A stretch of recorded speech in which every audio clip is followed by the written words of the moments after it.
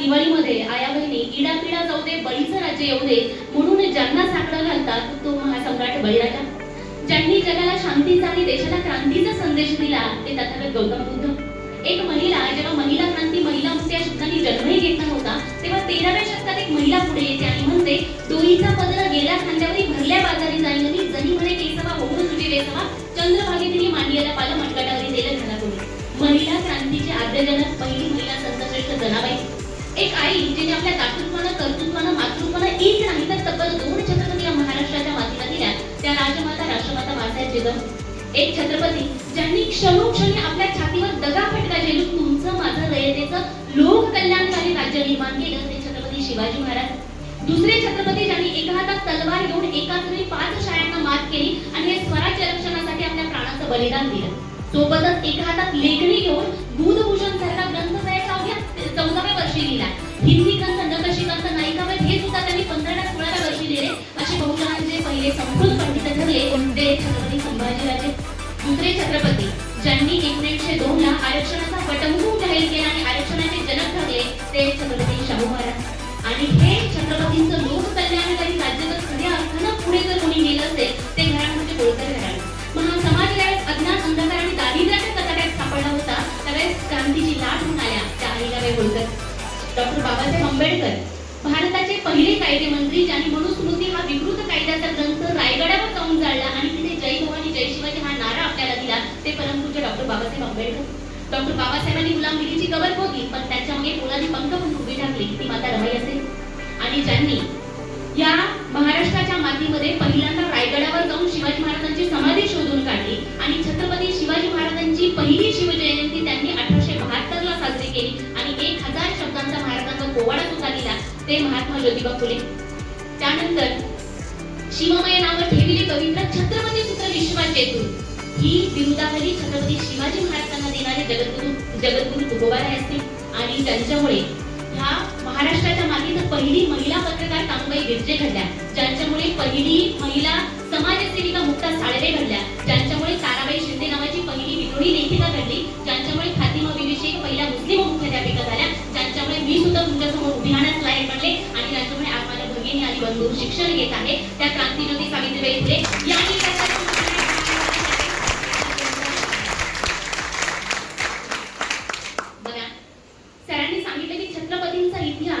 जगभरात गायला जातोय. छत्रपतींच्या कर्तृत्वाचे गोडवे पाश्चात्य देशातील संशोधक सुद्धा आजही गातायत आणि जर आपण त्यांचा इतिहास किंवा त्यांचं अवलोकन केलं असतं तर आज भारताची परिस्थिती थोडीशी वेगळी असती. असं काय आहे छत्रपतींकडे? ते राजे म्हणून तर जन्माला आले नाही, वारसा हक्काने त्यांना राज्य मिळालं नाही, घरच्यांच्या कोणाच्या तरी पाठीत गंजीर खुपसून सुद्धा त्यांनी राज्य मिळवलं नाही, तर त्यांनी जे राज्य मिळवलंय ते स्वकर्तृत्वाने स्वतःच्या बळावर मिळवलेलं आहे. बघा, जगभरामध्ये 18 जवळजवळ जागतिक लेवलला 17 ते 18 राज्य आहेत आणि आपलं सुदैव असं की त्याच्यामध्ये छत्रपतींचं सुद्धा नामोल्लेख आहे त्या 17 कर्तृत्ववान राजांमध्ये. आणि त्या 17 कर्तृत्ववान राजांचा जर आपण इतिहास बघितला तर एक लक्षात येतं की त्यांच्या पराक्रमाची उंची ज्या प्रमाणात सांगितली जाते त्यांच्या कर्तृत्वाची उंची तेवढी नाहीये. म्हणजे पण पाश्चात्य संशोधक म्हणा किंवा पाश्चात्य इतिहास तज्ञ म्हणा, पाश्चात्य राजे म्हणा, त्यांचा इतिहास त्यांनी जगाला उर्वी इतकं सांगितलं आहे की आपल्याला त्यांची नावं तोंडपाठ आहे. पण आपल्याकडे छत्रपतींचा आभाळभर इतिहास असताना आपण कुठेतरी सांगायला कमी पडलं. कारण आम्हाला आमच्या शालेय शिक्षण व्यवस्थेने सुद्धा छत्रपती शक्यतो 5वी पर्यंत आम्हाला तर शिकले, पुढच्या सिलेबस मध्ये छत्रपती जास्त आले नाही आणि जे आले ते त्यांचा आमच्या इतिहासाची काही संदर्भ कदाचित नव्हता. छत्रपती म्हणजे की अफजल खानाचा पुतळा काढला, शाहिस्ते खानाची बोटल छाटली, मोहिमा केल्या, युद्ध केले, तलवारी, एवढंच आम्हाला कळलेलं आहे. त्यामुळे विचारधारेचे जे छत्रपती आहे ते आम्हाला आजवर नाही समजले. मग आम्ही छत्रपतींच्या चरित्रातून घ्यायचं काय? आजची तलवार आमची लेखणी बनलेली आहे, मग त्यांच्या चरित्रातून आम्ही घ्यायचं काय हा प्रश्न आम्हाला पडत होता आणि म्हणून कदाचित छत्रपतींची विचारधारा आम्हाला पाहिजे त्या प्रमाणात अंगीकारता आली नाही. बघा, जागतिक लेवलवर छत्रपतींच्या एकेका गुणांवर, एकेका विचारधारेवर, एका युद्धनीतीवर पीएचडी करणारे विद्यार्थी पाश्चात्य देशामध्ये आहेत. नवीन संशोधन त्या ठिकाणी चालू आहे. पाश्चात्य संशोधकांनी म्हटलेलं आहे, त्यातला ग्रँडअप म्हणतो की जर महाराजांची तुलना करायची झाली तर जगज्जेता नेपोलियन बोनापार्ट किंवा अलेक्झांडर द ग्रेट यांच्याशीच केल्या जाऊ शकते, बाकी इतरांशी कोणाशीही ती तुलना केल्या जाऊ शकत नाही. टायबन नावाचा एक लेखक आहे, तर तो म्हणतो जर महाराज जर आमच्या राज्यात जन्माला आले असते, आमच्या देशात जन्माला आले असते तर त्यांच्या कर्तृत्वाच्या स्मृतीचा ठेवा घेऊन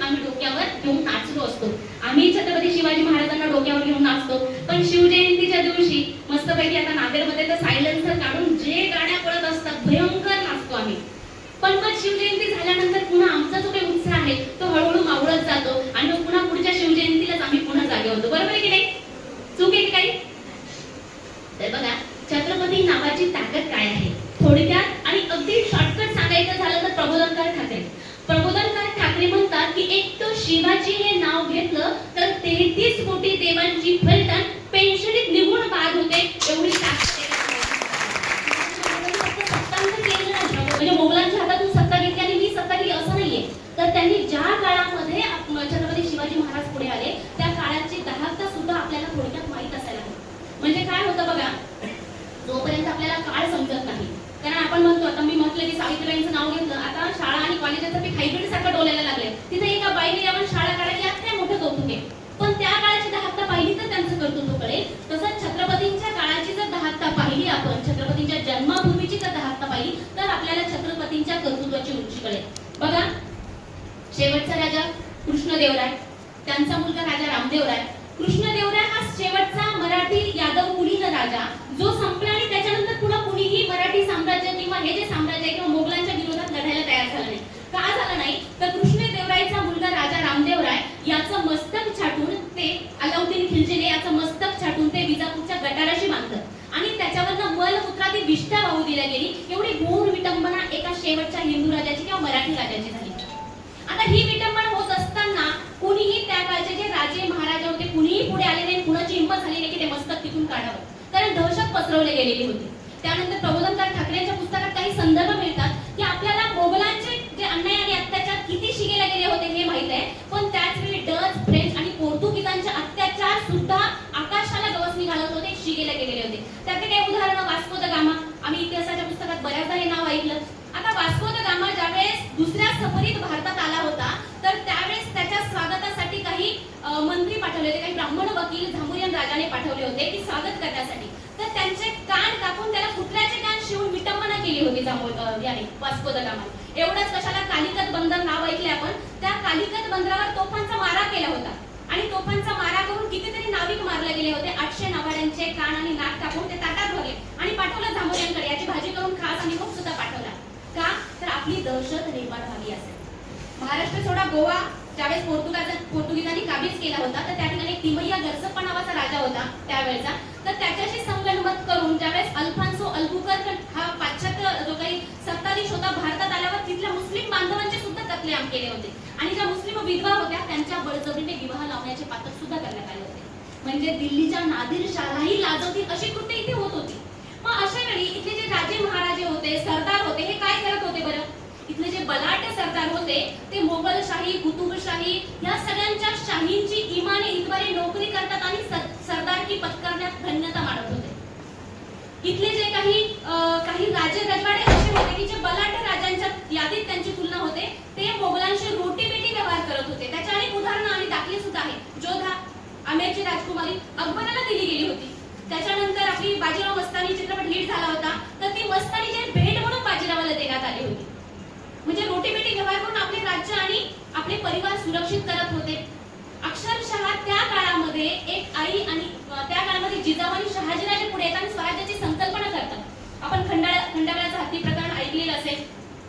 त्या प्रकारामध्ये ज्यावेळेस भोसले घराणे आणि वेरूळचे भोसले आणि जाधव घराणे पण हे एकत्र येऊन काहीतरी करताय ह्याची भणक ज्यावेळेस निजामशहाला लागली तर त्यावेळेस त्यांनी लखुजीराजे जाधव यांना आपल्या दरबारात बोलवलं. आता बघा, आपल्याकडे सन्मान होत असेल, सत्कार होत असेल तर आपण काय करतो? आपल्या नातेवाईकांना, मित्रपरिवारांना सगळ्यांना घेऊन जातो. का? बाबा माझा सन्मान होणार आहे, माझा सत्कार होणार आहे, बघण्यासाठी या. तसंच त्यावेळेस लखुजीराजे जाधवांनी काय केलं? निजामाच्या दरबारात जाताना आपले मुलं, आपले 3 मुलं, नातू, त्याच्यानंतर अनेक मित्रपरिवार, ओळखीचे सरदार या सगळ्यांना घेऊन जवळजवळ 40 जण निजामशहाच्या दरबारामध्ये गेले. आता दरबारात गेल्यावर त्यांना वाटलं आपला सत्कार होणार आहे, पण त्या ठिकाणी निजामाला जी लागलेली भणक होती त्याची प्रचिती अशी झाली की 26 जुलै 1629 या दिवशी लखुजीराजे जाधव, त्यांची मुलं, त्यांचा नातू या सगळ्यांची भर दरबारात व्यक्त झाली, म्हणजे खून झाला. त्या ठिकाणी त्यांचं निधन झालं. आता बघा, या काळामध्ये जिजाऊ कुठे होत्या? तर जिजाऊ शिवनेरीवर होत्या. आता त्या काळाची जर व्यवस्था म्हणजे आपण अजून बारकाईने जर अभ्यास केला तर लखुजीराजे जाधव, त्यांची 3 मुलं मुलं, त्यांचा नातू यशवंत यांचा खून झालेला होता, यांचं निधन झालेलं होतं. आता हे झाल्यानंतर त्या ज्या लपुजीराजे जाधव घराण्यातील महिला होत्या, या महिला त्या काळातील नियमानुसार सती गेल्या. म्हणजे एकाच दिवसात जिजाऊंचं अख्खं माहेर संपलं होतं. वडील गेले, भाऊ गेलेले आहेत, भाचा गेलेला आहे आणि सोबतच आई आणि आपल्या बहिणी सुद्धा गेलेल्या आहेत. मग आता अशा प्रसंगी शिवनेरीवर असताना त्या बाईनं काय करावं? किती रडावं, किती आरडाओरडा करावे, किती आगळापट करावी, किती आक्रोश करावा? जगण्याची इच्छा राहील का? ज्या स्त्रीचा बाप गेलेला आहे, भाऊ गेले, सगळं संपलंय, अख्खं माहेर संपलेलं एका दिवसामध्ये. त्या स्त्रीनं रडण्यापेक्षा लढण्याला धन्यता मांडली आणि ती उभी राहिली, जोमाने उभी राहिली. जिजाऊ रडणाऱ्या नव्हत्या, त्या लढणाऱ्या होत्या. आणि त्यावेळी बाल शिवबा जिजाऊंच्या पोटात 3 ते 4 महिन्याचे जिजाऊ गरोदर होत्या, जिजाऊंच्या पोटात वाढत होता. आज संशोधन झालेल्या वैद्यकीय शास्त्राने सुद्धा मान्य केलेलं आहे की गर्भसंस्कार होतात. बाळाची बुद्धिमत्ता, बाळाच्या वैचारिक प्रगल्भतेवर गर्भसंस्काराचा खूप मोठा परिणाम आहे. तर ते गर्भसंस्कार जिजाऊंना, शिवबांना गर्भपणापासूनच किंवा जिजाऊच्या पोटात असल्यापासूनच चालू झालेले होते. आता बघा, आता बरेच काही गोष्टी सांगण्यात आतापर्यंत जे व्याख्याते असेल, लेखक असेल किंवा कीर्तनकार असेल, जिजाऊंना वाघाचे डोहाळे वगैरे लागले होते. मी म्हणते जिजाऊंना वाघाचे डोहाळे वगैरे काही लागले नव्हते. जिजाऊने वाघ निर्माण केला, वाघ जन्माला घातला आणि आपल्या कर्तृत्वाने जन्माला घातला. आता पुढे एक मुस्लिम शाहीर आहे बघा, अमर शेख. तो पोवाडा लिहितात कोणावर? जिजाऊंच्या संस्कारावर, शिवबांच्या संस्कारावर काय होते शिवाजी महाराज याचा पोवाडा मुस्लिम शाहीर लिहितात अमर शेख. ते म्हणतात की पेरावतेच उगवत, पेरावतेच उगवत जगाची रीत नव नाही त्यात, पेरावतेच उगवत जगाची रीत नव नाही त्यात. शहाजीनं पराक्रम पेरला, सर्जा शिवबा अवतरला, आला आला शिवाजी आला, एक समयाला जिजाऊन दिला लाल जनतेला, मराठ्यांना थोर त्याईचे उपकार तुमच्यानं नाही फिटणार. कोण म्हणताय? मुस्लिम शाहीर अमर शेख म्हणतोय. म्हणजे एका मुस्लिम शाहिरानं पोवाडा लिहावा असं कर्तृत्व शिवाजी राजांनी साध्य केलेलं आहे. बघा, मुलगा जर पराक्रमी, निष्ठावंत आणि थोर निघाला तर वडिलांचं नाव निघतं. सहजच म्हटलं जातं, अरे अमक्याच्या पोरानं नाव काढलं बरं. पण तोच मुलगा पराक्रमी, कर्तृत्ववान आणि चारित्र्य संपन्न निघतो, त्यावेळेस काय म्हटलं जातं? तिचं पोरगं खूपच चारित्र्य संपन्न, तिचं पोरगं खूप शीलवान आहे. मग आईचं नाव निघतं आणि म्हणून जय शिवराय म्हणण्याआधी जय जिजाऊ म्हणावं लागतं. बघा, जिजाऊने संस्कार दिले. आता संस्कार दिले म्हणजे काय केलं असेल बरं? जिजाऊने श्रीकृष्णाच्या गोष्टी सांगितल्या, रामाच्या गोष्टी सांगितल्या. मग त्या गोष्टीतून काय सांगितलं असेल? तर श्रीकृष्णाचंच उदाहरण घेऊया. श्रीकृष्णाच्या गोष्टीतून जिजाऊने सांगितलं असेल का की बाबा हा जो कृष्ण आहे, कृष्ण काय करतो? गवळणींचे कपडे चोरतो. कपडे चोरून त्यांची गंमत बघणारा कृष्ण सांगितलंय का? किंवा त्या गवळणी बिचाऱ्या मटकं भरून पाणी घेऊन चालल्या, हातानात थकत थकत त्यांचे मटके फोडायचे आणि त्यांची फजिती बघतोय का? नाही बघत. त्याच्यानंतर त्यांनी हा कृष्ण सांगितला की जा बाबा टोळी कर, मस्तपैकी मित्रांना घेऊन जा, रात्रीच्या चोऱ्या कर, दही चोरून खा, माखन चोरून खा. हा कृष्ण सांगितला असेल का? मी तर लहानपणापासून कीर्तनातून, गवळणीतून, अभंगातून हाच कृष्ण ऐकत आलेले आहे. मग त्यामुळे प्रॉब्लेम कसा येतो? आमची पिढी जी आहे, आताची पिढी, ती काय म्हणते की कृष्ण करे तो रास लीला और मैं करू तो कॅरेक्टर लीला. बरोबर आहे की नाही? आणि मग गवळणी, आता दुर्गादेवी झाली का? दुर्गादेवी मध्ये गाणं होतं फेवरेट, राधा राधा राधा राधा गेली कुठं सांगा, राधा जीव झाला आधा आधा, म्हणत होते ना. मस्त ठेका धरून धरून आम्ही गरबा खेळत होतो. का आता आम्हाला तो कृष्ण तसा सांगितलाय. मग जिजाऊने काय सांगितलं असेल? जिजाऊने कोणता कृष्ण सांगितलं असेल? बघा, यात्रेमध्ये आईच्या मागे मागे एक लेकरू चाललंय छोटं. ते लेकरू काय करतो? आईचा हात धरतं की पदर धरतं? काय धरतं? पदर धरतं. आईचा पदर का धरतं बरं ते? कारण त्याच्यात मायेची ऊब आहे. त्याला गॅरंटी आहे, खात्री आहे की हा पदर आहे ना माझ्या आईचा आहे, हा पदर सोडून मी कुठेच जाणार नाही आणि हा पदर जर पकडून राहिलो तर मी हरवणार नाही. सिक्युरिटी आहे. मग जिजाऊने तो कृष्ण सांगितला असेल तर तो गवळणींचा पदर धरणारा कृष्ण सांगितला असेल. प्रत्येक स्त्रीकडे आईच्या नजरेनं, मायेच्या नजरेनं पाहणारा कृष्ण सांगितला असेल.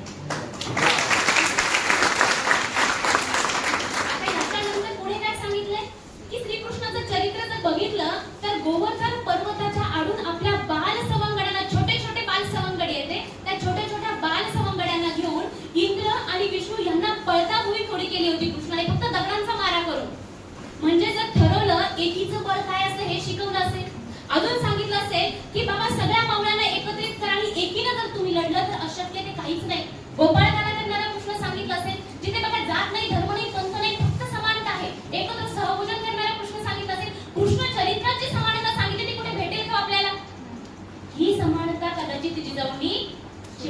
शिकवली असेल?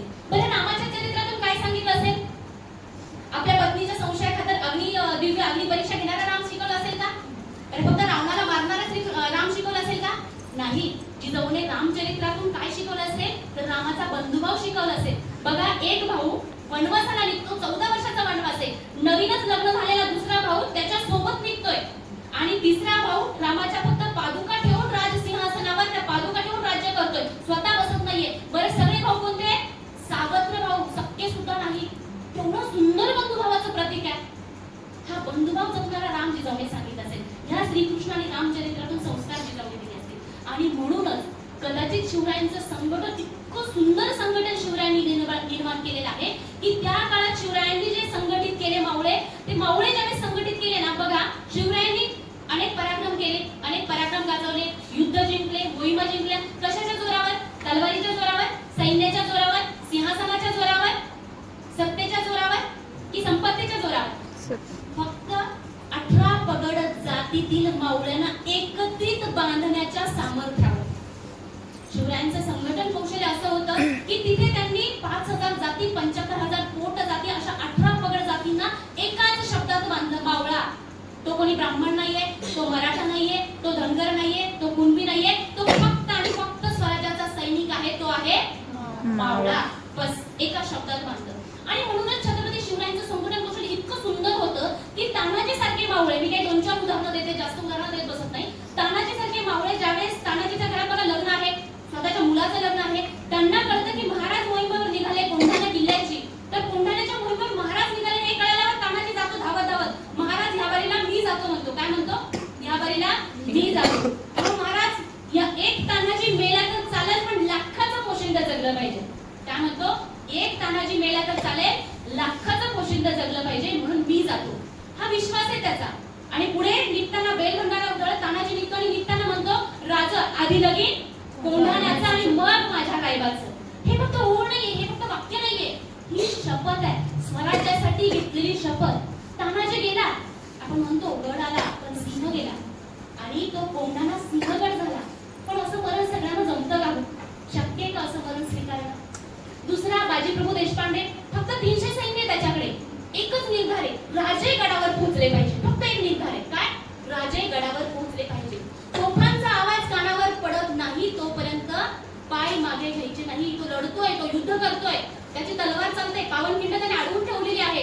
का? फक्त कान तोफेच्या आवाजाकडे आहे. रक्तबंबाळ होतो, छिन्न विच्छिन्न शरीर होतं, पण तो थांबत नाही.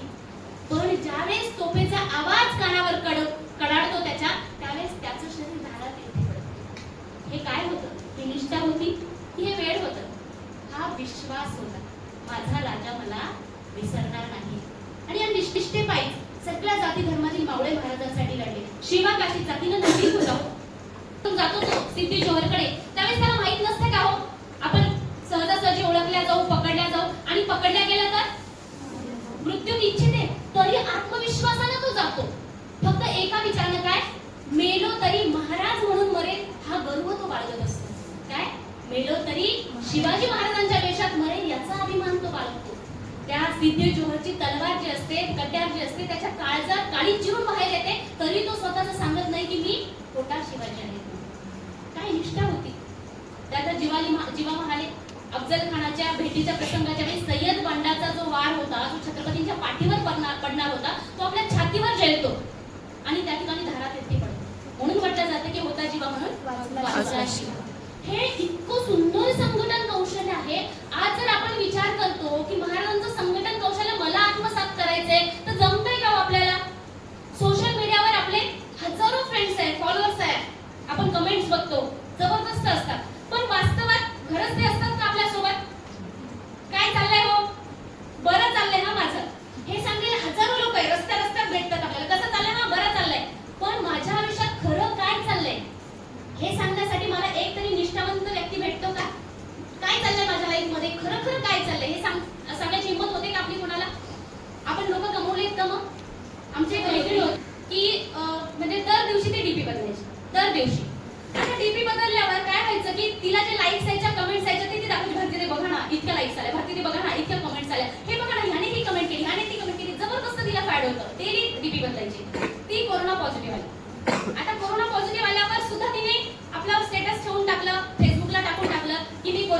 आहे म्हणून सगळ्यांनी ताई गेट वेल सून, ताई तुम्ही रिकवर व्हाल, ताई असं ताई कसं, हजारो कमेंट्स आलेल्या तिला. ताई ते आता बघा, हजारो लोक होते फॅन आणि फॉलोअर्स, आणि त्यांना त्याचा खूप प्राऊड होता, म्हणजे खूप आनंदी व्हायच्या त्या, खूप म्हणजे चेहरा लगेच खुलून जायचा की बघा एवढ्या कमेंट्स आल्या, माझ्या डीपीला एवढे आला इतकं.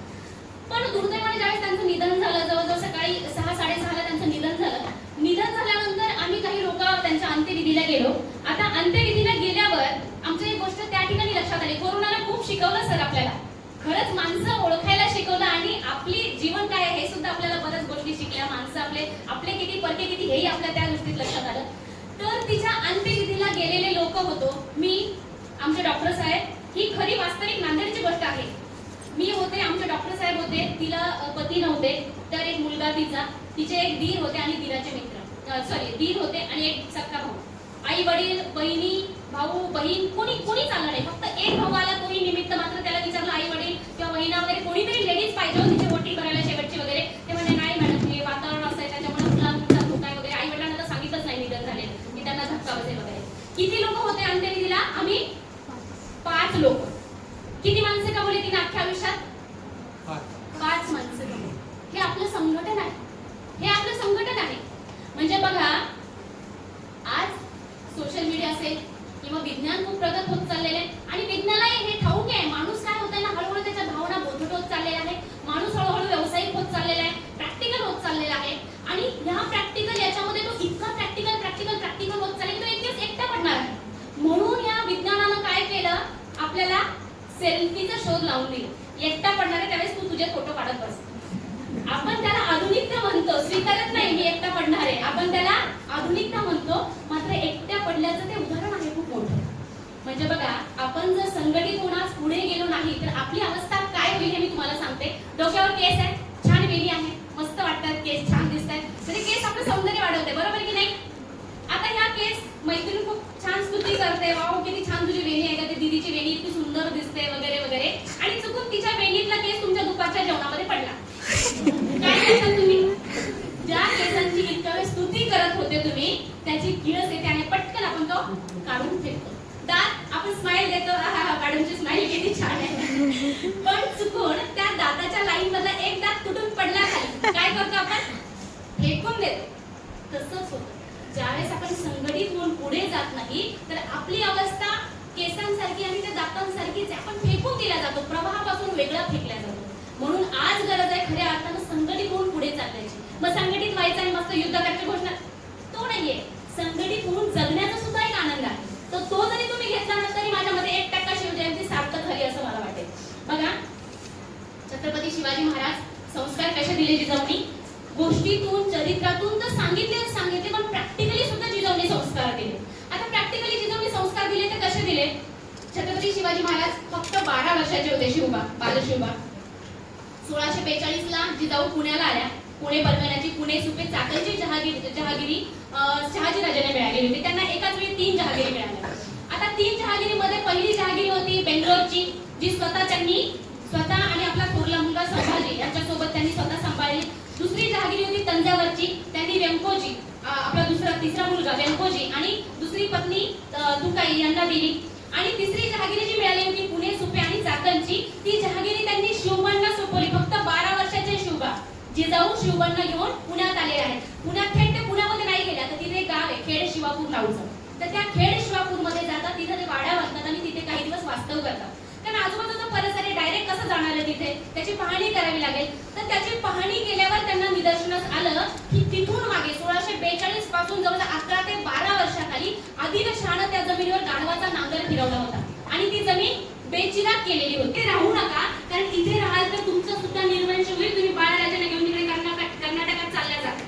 तर जिजाऊने काय करावं त्याचं ऐकून घेतलं. शांतपणे त्या पुढे झाल्या. ती 12 फुटी लोखंडी पहाड त्यांनी हात लावला, घेतली, उपसली आणि फेकली आणि म्हणाल्या, मी राहीन इथं, झाला तर उद्या माझा निर्वंश. आणि आपल्याच वंशजाच्या हातून, शिवबांच्या हातून त्या जमिनीवर सोन्याचा नांगर फिरवून ती जमीन नांगरून घेतली. आता काल कंदारे साहेब म्हणून आहे, प्रख्यात एक परभणीचे इतिहास संशोधक आहेत, त्यांनी गोप्प मंगलम विधीचं वर्णन केलेलं आहे. आता सोन्याचा नांगर कधी फिरवला जातो?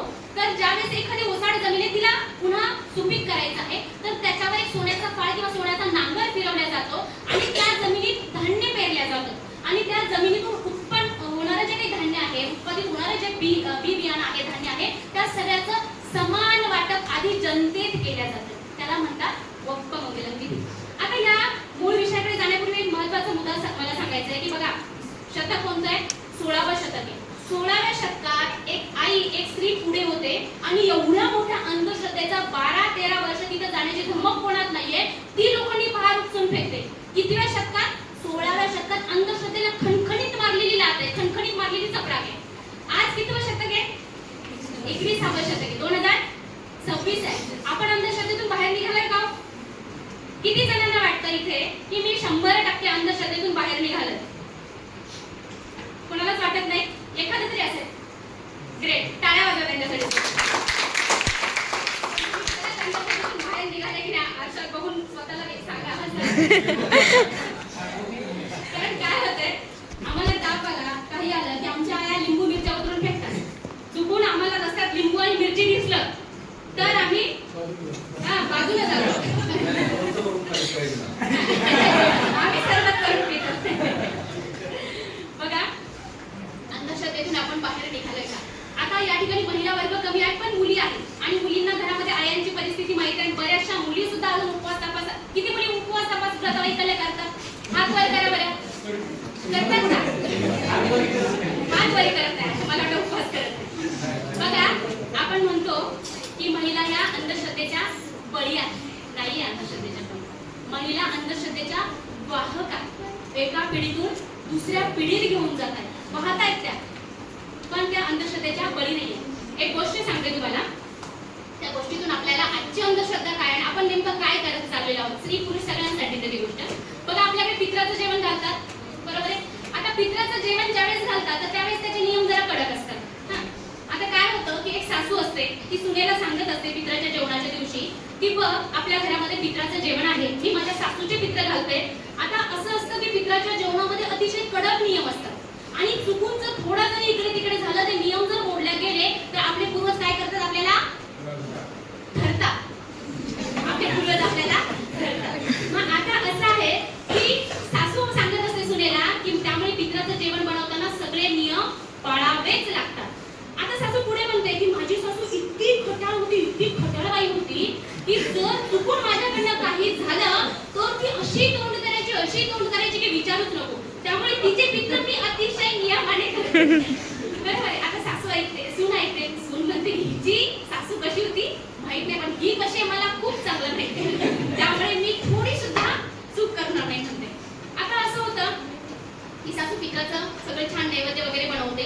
आता नैवेद्य बनवल्यावर ते दाखवायची वेळ येते. सून सगळं व्यवस्थित बघत असते, सासू कशा पद्धतीने हिचे पित्र हिलाच राहायचे असतात पुढे. मग आता होतं असं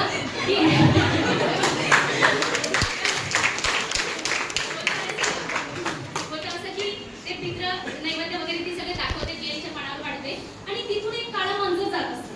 आता सासू विचार करते की मांजराची जात खूप चिवट आहे, एकदा हुसकावलं तर परत येईल आणि ते नैवेद्य उष्टा करेल आणि सगळी मेहनत पाण्यात जाईल.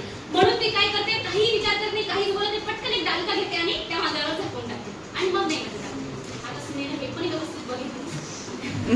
दुर्दैवानं पुढच्या वेळेस सासू गेलेली असते आणि पित्राचं जेवण बनवण्याची वेळ येते सुनेवर. आता ती छान अगदी सासून जसं शिकवलं होतं साजरं संगीत तसंच नैवेद्य बनवते आणि मग नवऱ्याला म्हणते, अहो जरा इकडे या.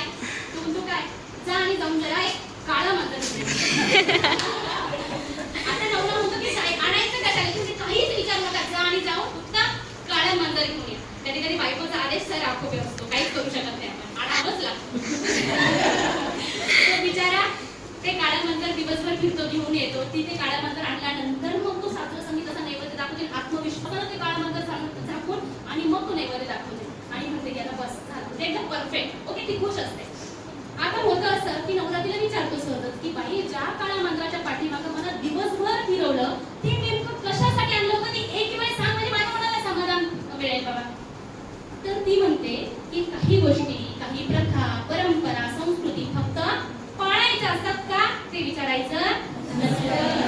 मग असं काळ्या मांजरावर वर्षानुवर्ष झाकून ठेवलेलं आहे. का झाकलंय आपल्याला माहितीच नाही. उपवासाला काय खातो आपण? काय खातो? साबुदाणा. कोणी सांगितलं उपवासाला साबुदाणा चालतो? खरंच कोणी सांगितलंय का? वैदिक ग्रंथांचे सगळे चारही ग्रंथ मी वाचलेले आहेत, त्याच्यात कुठे साबुदाण्याचा उल्लेख नाही. मग आता ग्रंथोक्त परंपरेनं आलेला उपवास ज्याला आम्ही साबुदाणा खातो, तो साबुदाणा उपवासाला चालतो. कोणी सांगितलं? आईला सांगितलं. आईला पण सांगितलं, आजीला सांगितलं. आजीला कोणी सांगितलं? पणजीला सांगितलं. पणजीला कोणी सांगितलं? कोणीच नाही सांगितलं. का? कारण भारत स्वातंत्र्य झाला 1947 ला. 1948 ला तमिळनाडूमध्ये पहिलं साबुदाण्याचं उत्पादन झालं. कोणी अफवा पसरवली माहित नाही. तेव्हापासून उपवासाला साबुदाणाच चालतो. कोणी सांगितलंय? माहित नाही. म्हणजे असे ते काय म्हणताय? झाकून ठेवल्या. काय झाकले आपल्याला माहित नाही. काहीच नाही चालत. भगर खा म्हटलं तर नको म्हणतात. आता बायका येतात, आजी भगर खा. नाही, सोमवारला भगर चालत नाही म्हणे. कोणी सांगितलं? नाही, चालत नाही म्हणतात, नियम आहे. बरं म्हटलं ठीक आहे, काही हरकत नाही. म्हणजे अशा पद्धतीच्या आपल्या अंधश्रद्धेतून आपण बाहेर पडलो. आपण म्हणतो की नाही बाबा, आता लोक शिकले, सवरले, आधुनिक झाले, मॉडर्न झाले, मग त्यामुळे उपवास तपास वगैरे अंधश्रद्धा करत नाही असं जर कोणी म्हणत असेल तर ते मी फोडून टाकतो. का माहित आहे का? जसं आम्ही मॉडर्न होत चाललोय, आधुनिक होत चाललोय, जसं आमचे चेहरे सगळंच बदलत चाललंय, तसं उपवास एक नवीन ट्रेंड घेऊन पुढे येतोय. नवीन ट्रेंड आहे आजकाल. म्हणजे मोठमोठ्या सोसायटीमध्ये तुम्ही जा, बायकांच्या जवळ फक्त 2 मिनिटं थांबा, आवाज येतो, नाही आमच्याकडे असं नियम आहे, नाही आमच्या उपवासाला हे करत नाही, आमच्याकडे कसं करते, आमच्याकडे असं. प्रचंड स्पर्धा आहे, प्रचंड स्पर्धा आहे. आता जून महिना येईल, वट सावित्रीचा उपवास असतो. आदल्या दिवशी ठरतं कोणती ज्वेलरी, कोणता गेटअप, आणि आदल्या दिवशी कधी कधी तर व्हिडिओ पण आदल्या दिवशी करून येतात आमच्या काही मैत्रिणी. का तर सकाळी 6ला स्टेटस पडलं पाहिजे. म्हणजे जसं आपण आधुनिक आणि पुढे चाललोय तसं उपवासा ट्रेंड होत चाललाय. काय होत चाललाय?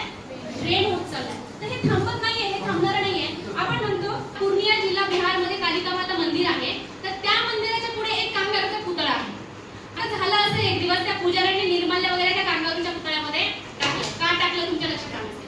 आता तिथे एक मंदिराला लाईन लागलेली होती काही भाविकांची. त्यातल्या 1-2 भाविकांनी पाहिलं की पुजाऱ्याने आधी तिथे पूजा केली. तो आला आणि तिथे आधी फूल आणि नारळ सगळं पाहिलं आणि मग पुढे गेला. त्याच्या मागे दुसरा आला, त्याच्या मागे तिसरा आला, त्याच्या मागे चौथा. जी लाईन मंदिरात दर्शनासाठी लागली होती तिथे कांगारूच्या पुढे लागली. आता झालं असं की तो पुजारी आला आणि त्याने सांगितलं सगळ्या लोकांना, ह्या कांगारू आहे यूज मी डस्टबिन, इथं मी निर्माल्य टाकलंय, कचरा टाकलेला आहे मंदिरातला, इथे तुम्ही पूजा करू नका. कोणीच ऐकायला तयार नाही. शेवटी त्या पुजाऱ्याला जीआर काढावा लागला म्हणजे, आणि कलेक्टरला निवेदन द्यावं लागलं की बाबा इथला कांगारू हटवा. मंदिराच्या पुढला कांगारू हटवला गेला, मग लाईन मंदिरात गेली. इथे कान थोडे भंग झाले, हनुवटी भंग झालेली आहे. लोक तिथे पेढे ठेवतात. म्हणजे बघा, प्रसाद तोंडानेच खायला, देव पण कानाने खाईल का? कानात कसा पेढा ठेवणार आहे? म्हणजे आपण देवाची सुद्धा वाट लावतो, त्याची सुद्धा विटंबना करतोय अंधश्रद्धेत. याचं भान वेल एज्युकेटेड सोपवाळ लोकांना नाही का? आपण अंधश्रद्धेतून अजून पूर्णपणे बाहेर निघालेले नाही. जिजाऊ किती शतकात बाहेर निघाल्या? 16व्या शतकात बाहेर निघाल्या. परगण्यामध्ये जिजाऊ जातात, लोखंडी पहाड उचलून फेकतात, आणि त्या ठिकाणी ती जमीन त्यांनी बाजी पासलकरांच्या मध्यस्थीनं झांबरे पाटलाकडनं 3000 एकर जमीन विकत घेतात. किती? 3000 एकर जमीन विकत घेतात आणि त्या ठिकाणी लाल महालाची बांधणी करतात. काय? जो आज शनिवार वाडा आहे, एकेकाळी तो लाल महल होता तिथे. म्हणजे जर आज विद्येचं माहेरघर पुणे आहे, जिथे आपण प्रत्येक घरातील एक तरी व्यक्ती आज पुण्यात आहे शिक्षणासाठी, प्रत्येक याच्यामध्ये एक तरी आपण पॅरेंट्स दर महिन्याला पुण्याला चक्कर मारतात मुलाकडे. आज विद्येचं माहेरघर म्हणणारा पुणे जे होतं ते काही काळचं जिजापूर होतं. कारण निर्वंश असलेली जी वस्ती होती, निर्मनुष्य असलेल्या वस्तीवर जिजाऊने शहर बसवलं, म्हणून त्याला जिजापूर नाव बाजी पासलकरांनी दिलं होतं. ते जिजापूर आजचं पुणे झालेलं आहे. आता बघा, त्या पुण्यामध्ये जिजाऊ राहायला जातात. तुकारामांचे तिथून देहू जवळच गाव असतं देहूचं, तर तिथून तुकाराम महाराजांचे कीर्तन सुद्धा लाल महालातून होतात. आजूबाजूला लोक येतात, वस्ती तयार होते. आणि जिजाऊने तुम्ही सांगितलं बघा, शिवप्पा मंगलम विधी करून धान्याचे समान वाटप लोकांमध्ये केलेलं असतं. आता एवढंच करून ते थांबतात का? नाही. आता त्यांनी तिथल्या शेतकऱ्यांचं राज्य बसवलं असं सुद्धा म्हणतात. शेतकऱ्यांचे जनक म्हणतात शिवरायांना. का? तर बघा, त्यांनी जे काही आपल्या याच्यामध्ये किंवा खजिन्यामध्ये जितकी संपत्ती होती ते सगळी संपत्ती त्यांनी शेतकऱ्यांना कसण्यासाठी दिली. फक्त बी बियाणं नाही, बैलजोडी दिली, मोटा दिल्या, त्याच्यानंतर बैलगाड्या दिल्या. हे सगळं का दिलं? तर शेतकऱ्यांनी शेती पुनर्जीवित करावी, शेतीचं उत्पादन काढावं. किती वर्षासाठी दिलं? 1 वर्षात उत्पादन निघत नाही, शेतकरी कर्जमुक्त होत नाही, हे जिजाऊंना शिवबांना माहित असतं. म्हणून त्यांनी 5 वर्षासाठी कर्ज देतात. किती? 5 वर्षासाठी. आणि मग शेत साऱ्याच्या स्वरूपात वसूल करतात. तर त्याला सुद्धा काही नियम असतात. काही पत्र आहे शिवाजी महाराजांचे, ते आपल्या मावळ्यांना, सरदारांना सांगतात. त्यांनी सगळ्यात आधी वतनदारी रद्द केली. ज्यावेळेस शिवाजी महाराज राज्य कारभाराला लागले तर त्यावेळेस त्यांनी सगळ्यात पहिली वतनदारी, म्हणजे वतन जे काही शेती दिलेली होती, जहागीरदार वगैरे जी काही शेतकऱ्यांची फिरवणूक होती ती थांबवण्यासाठी वतनदारी त्यांनी बंद केली आणि त्यांनी आपल्या सरदारांना सुद्धा सक्त ताकीद दिलेली होती.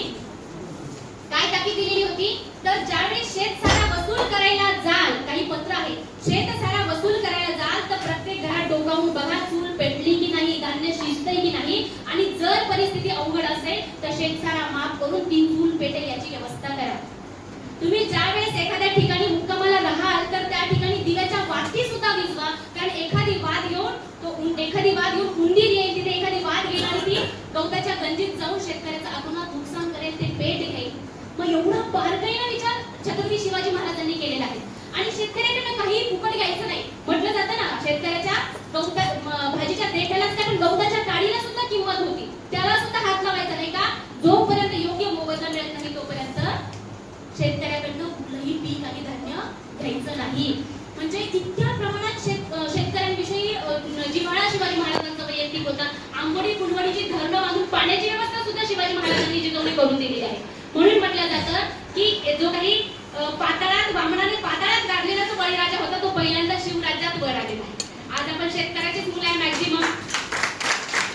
आपण बघतो जर वडिलांकडे फी मागायची असेल, व्यवस्थित नाहीये. म्हणजे शिवरायांच्या महसूल विभागामध्ये शेतकऱ्यांना न्याय होता. त्यांचं जे काही अष्टप्रधान मंडळ होतं त्यामध्ये जबाबदारीची कमालीची पारदर्शकता होती.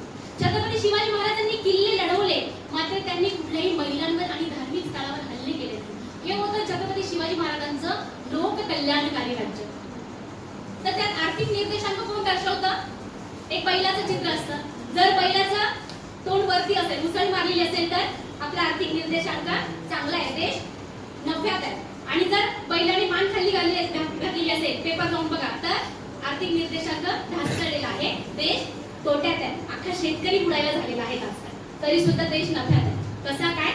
ते राजकीय भाग आहे, त्याच्याकडे आपल्याला जायचं नाही.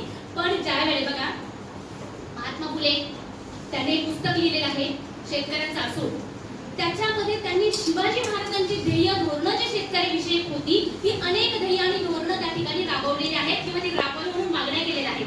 ज्यावेळेस व्हिक्टोरिया राणीचा मुलगा ड्यूक यांचा विवाह असतो, त्या विवाह प्रसंगी मोठमोठ्या लोकांना आमंत्रित केलं जात नाही, महात्मा फुलेंना आमंत्रित केलं जातं, कारण तो एक आवाज होता. त्यावेळेस ते महापौर होते तिथे. तर ते त्या विवाह सोहळ्याला जातात, तर जाताना ते शेतकऱ्याच्या वेशात जातात, घोंगडी बिंगडी पांघरून फाटक्या तुटक्या चपला बिपला सगळं घालून. सगळ्यांना वाटतं हे काय अवतार करून आलेलं आहे, म्हणजे मान मिळाला तर घ्यावा ना, सुटाफुटात यावं ना, असं बऱ्याच जणांना वाटलं. पण तिथे जाऊन त्यांनी काय केलं तर त्यांनी सांगितलं की माझा देश असा आहे. जर तुम्ही या देशाचा आर्थिक निर्देशांक किंवा हा देश किती प्रगत आहे हे जर या सुटाफुटाच्या लोकांना बघून ठरवत असाल तर ती म्हणजे काय आहे? सडलेल्या पाण्यावर आलेली हिरवळ आहे. दुरून छान दिसते, जवळ गेल्यावर कळतं ते सडलेल्या पाण्यावर आलेली हिरवळ आहे, शेवाळ आहे. म्हणून जर तुम्ही जवळून बघितलं तर भारत असा आहे. तुम्ही काय करा, व्हिक्टोरिया राणीला तो सांगतो की तुम्ही काय करा, शेतकऱ्याच्या बांधावर या, घाम गाळणारा शेतकरी पहा, काबाड कष्ट करणारा शेतकरी पहा आणि मग ठरवा हा देश किती प्रगत आहे. आज शेतकऱ्यांची अवस्था थोडीशी बिकट आहे. ती कधी पुढे येईल तर जोपर्यंत आपण छत्रपती शिवाजी महाराजांची जी धोरणं आहे ती जोपर्यंत शेतकऱ्यांसाठी राबवत नाही तोपर्यंत पुढे येत नाही. बघा छत्रपती शिवाजी महाराजांचा जो शेतकरी होता ना तो पूर्ण वेळ शेतकरी नव्हता. तर तो 4 महिने शेतकरी असायचा आणि 8 महिने मावळा असायचा, सैनिक असायचा. सैनिक तो शेतकरी, शेतकरी तो सैनिक. असा वेगवेगळा कोटा नव्हता महाराजांकडे, एवढं सैन्यबळ नव्हतं आपल्याकडे. तर आपण सीमोल्लंघन करतो दसऱ्याला, सीमोल्लंघन करतो आपण सोनं देतो, आपल्याची पानं वगैरे देतो. छत्रपती शिवाजी महाराज आणि मावळे खरं सोनं घेऊन यायचे, खरं सोनं. म्हणून तेव्हापासून ती प्रचलित झालेली प्रथा की सोनं द्यायचं. आता आपल्याकडे तेवढं नसतं ना, कापट्याची पानं देतो, झाडं तोडून काढतो आपण.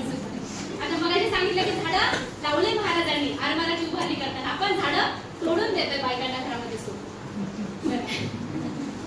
तर सीमोल्लंघन करायचे. आता ज्या वेळेस हे मावळे मोहिमेवर जायचे तर ही मोहीम कधी कधी 8-8 महिने चालायची, कधी कधी 1.5 वर्ष सुद्धा महाराजांच्या मोहिमा चालल्या. तर त्यावेळेस इकडे कोण असायचं पाठीमागे? फक्त आबालवृद्ध आणि महिला असायच्या, फक्त आबालवृद्ध आणि महिला. तर त्या सैनिकांचा पगार महाराज ऍडव्हान्स मध्ये देऊन जायचे पाठीमागे, यांचा उदरनिर्वाह म्हणून ऍडव्हान्स मध्ये पगार. म्हणजे पहिलं सैन्य त्याला असं होतं की ज्यांना ऍडव्हान्स मध्ये 6 महिन्याचा ऍडव्हान्स पगार भेटायचा. आता महिला ज्या होत्या त्या महिला काय नुसतं 2 वेळच्या भाकरी करत होत्या का? नाही, स्वराज्यातील महिला सुद्धा कमवत्या होत्या. त्यांचे बचत गट म्हटलं तरी चालेल.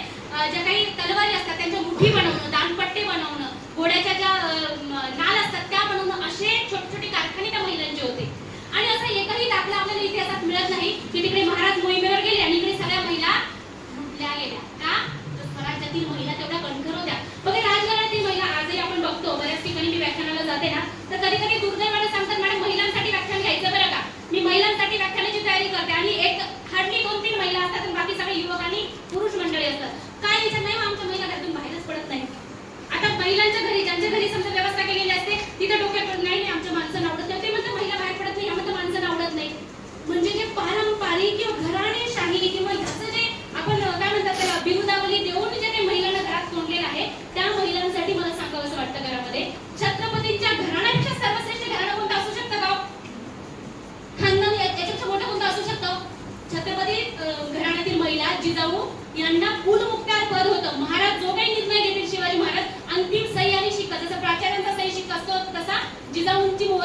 जायची प्रत्येक अंतिम निर्णयावर. आणि त्याच्यानंतर महिलेकडेच गेला, कोणाकडे? येसूबाईकडे गेला जिजाऊच्या नंतर. सोयरा राणी, ज्यावेळेस महाराज मोहीमेवर असायचे तर न्याय निवाडे करण्यामध्ये काही सोयरा राणी कणखर होत्या, त्यामुळे न्याय निवाडे करण्यात सोयरा राणी तरबेज होत्या. तारा राणी, महाराजांनंतर संभाजी महाराजांनंतर राजाराम महाराजांनंतर औरंगजेबाला सळोगी पळव करणारी तारा राणी छत्रपती झालेल्या आहेत, एक महिला छत्रपती आहे. म्हणजे या राजघराण्यातील महिलांचा इतिहास आहे. मग आजही आम्ही चहा देताना जर त्या किचनच्या दरवाजातून बाहेर येत नसू तर मग आम्ही खरंच प्रगत आहोत का? छत्रपती घराण्यातील महिला तर होत्या, तर त्या बाकीच्या महिला सुद्धा कणखर होत्या. का हो या महिला इतक्या कणखर आणि मजबूत का झाल्या, यांना भीती का वाटत नव्हती? कारण बघा, ज्यावेळी छत्रपती शिवाजी महाराज राज्य कारभाराला सुरुवात केली त्यावेळेस एकच प्रकरण झालं होतं. रांजेगावचा एक बाबाजी भिकाजी गुजर नावाचा माणूस होता, त्याने एका कुंभ्याच्या मुलीवर हात टाकला. महाराजांनी त्याच्या हातपाय तोडून चौरंग केला, हे माहिती आहे आपल्याला, बरोबर आहे? आता त्या हातपाय तोडल्यानंतरच्या जखमा होत्या, त्या जखमांवर तेल टाकून त्या जखमा जाळल्या गेल्या आणि त्याला एक किल्लेदार पद दिलं. तो मेला नाही तिथे, त्याला संपवलं नाही महाराजांनी. काय केलं? किल्लेदार पद दिला. तर तुम्ही म्हणाल बलात्काराला कशाला किल्लेदार पद द्यायचंय? का दिलंय?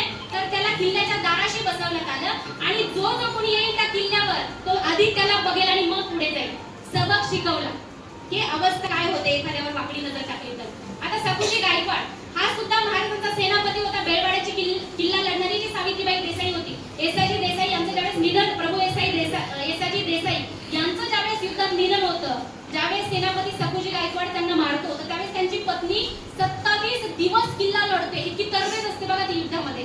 27 दिवस ती महिला किल्ला लढवते आणि 27व्या दिवशी ती हरते आणि हरल्यानंतर जो काही सकुजी गायकवाड होतो त्याच्याकडनं काही बदअमल होतो, तिच्यावर तो जबरदस्ती करतो. तर ही बातमी ज्यावेळेस महाराजांना कळते तर त्यावेळेस माझा सेनापती त्यांनी किल्ला लढून आला, जिंकून आला म्हणून त्याचा सत्कार करत नाही, तर महाराज त्या सकुजी गायकवाडचे डोळे काढतात. त्यांच्याबरोबर जेवढे सरदार होते सगळ्यांचे डोळे काढतात आणि त्यांना अजन्म कारावासाला पाठवतात.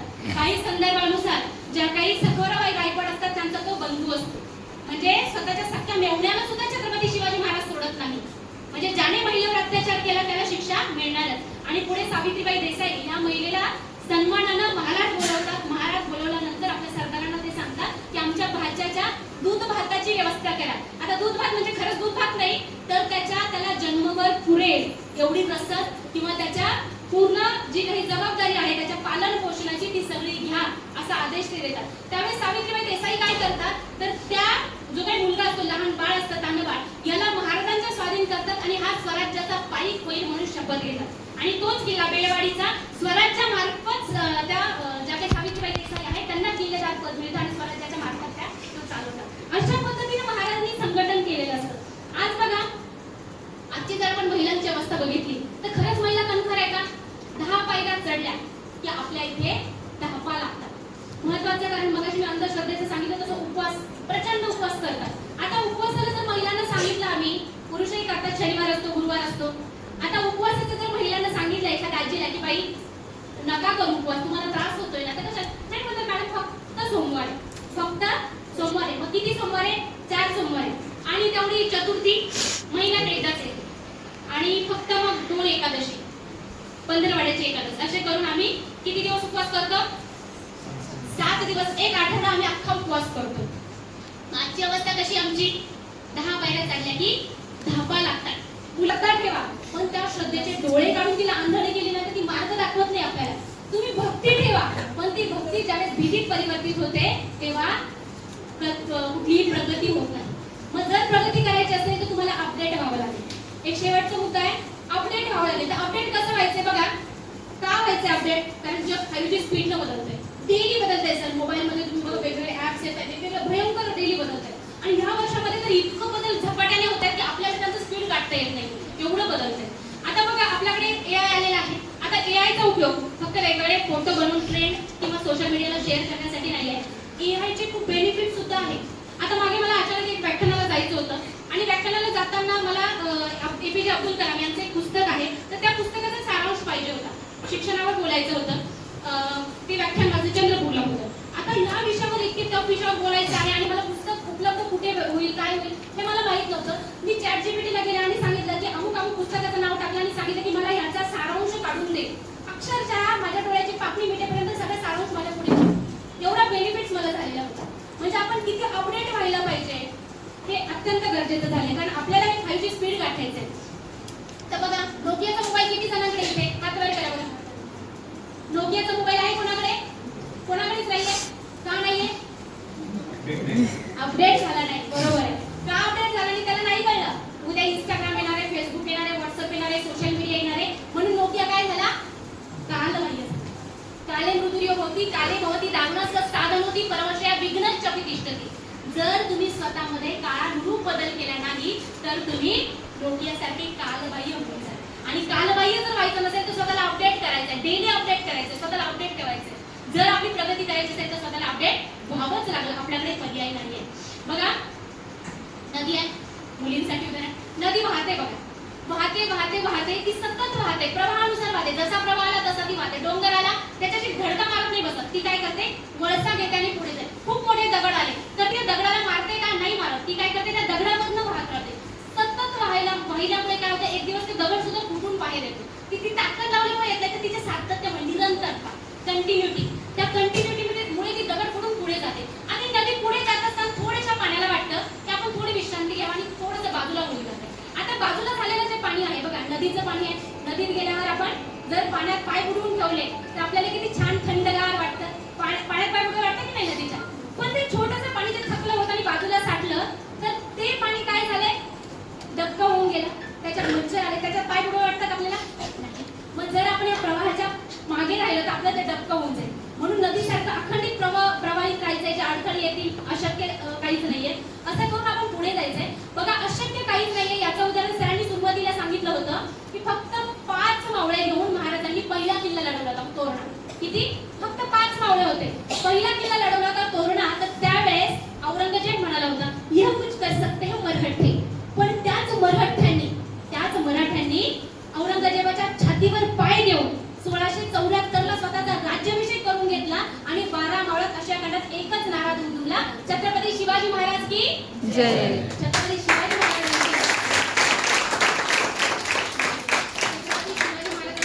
ज्यांनी नाव घेतलं त्यांचं नाव इतिहासात झालं. आज मला सरांनी बोलवलं इथे म्हणजे सरांनी का डॉक्टर आहे म्हणून बोलवलंय का? छत्रपती शिवाजी महाराजांचं नाव घेते म्हणून या ठिकाणी बोलवलेलं आहे. ही आता छत्रपती शिवाजी महाराजांच्या नावाने सुरुवात मी शिवाजी महाराजांच्या नावानेच केली होती आणि शेवट सुद्धा त्यानेच करणार आहे. बघा छत्रपती शिवाजी महाराजांचं ज्यांनी नाव घेतलं ते इतिहासात नाव अजरामर झालं. जय भगतसिंग हसत हसत फासावर गेले आणि फासावर जाताना सुद्धा ते म्हणतात की माझ्या ज्या काही स्वातंत्र्य लढ्याची प्रेरणा आहे ती छत्रपती शिवाजी महाराजांच्या नावामध्ये आहे. आणि हसत हसत जातात, शौर्यगीत गात जातात. काय म्हणतात ते? जिस चोले को पहन शिवाजी खेले अपनी जान पर, जिस चोले को पहन शिवाजी खेले अपनी जान पर, उस चोले को पहन के निकला हम मस्तों का टोला, माहे रंग दे बसंती चोला. बघा